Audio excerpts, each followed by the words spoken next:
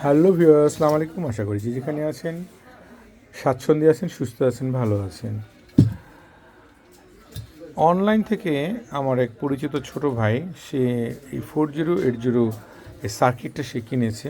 তো যে ভদ্রলোক বিক্রি করেছে সে রানিং বলে বিক্রি করেছে, কিন্তু এটা এই প্যাকেটে পাঠানো হয়েছে কোনো সাপোর্ট ছাড়াই। এর ভিতরে কোনো এক্সট্রা কোনো সাপোর্ট না, কিছু নেই।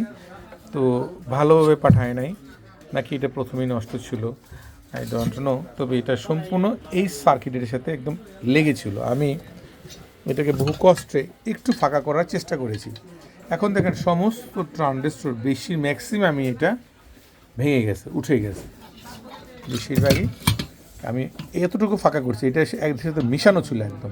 আমি এবং আর এই যে ভাইয়া দুইজনে মিশে ওনার মাধ্যমে সার্কিটটা পাঠানো হয়েছে, যার সার্কিটটা মূলত মেশিনটা এনে নিয়ে আসছে। তো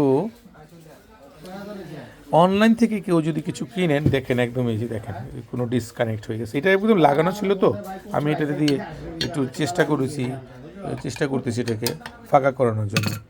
তো এখন দেখেন ম্যাক্সিমামই ট্রানজিস্টর ডিসকানেক্ট হয়ে গেছে। অদ্য কি এটা কোনো ভালো সার্কিট? একদম দেখেন লোয়ার ক্লাসের রেজিস্ট্যান্স লাগাইছে, এটা লোয়ার ক্লাস রেজিস্ট্যান্স। তো এইটা কি অদ্য ভালো কিনা, তাকে কি দেখায়, কি ব্রেন ওয়াশ করায় এটা তার কাছে বিক্রি করছে আমি জানি না। তো তার একটা মেশিন আমার কাছে আছে, সেই সার্কিটটা কোনো পার্টস টার্স নেই মনে হয়। আমি ভালোভাবে দেখিনি, উনি খোলামেলা অবস্থায় দিয়ে গেছে আমাকে। ওই যে ট্রান্সফর্মার এখানে পড়ে আছে, এক একটা অংশ এক এক জায়গায়।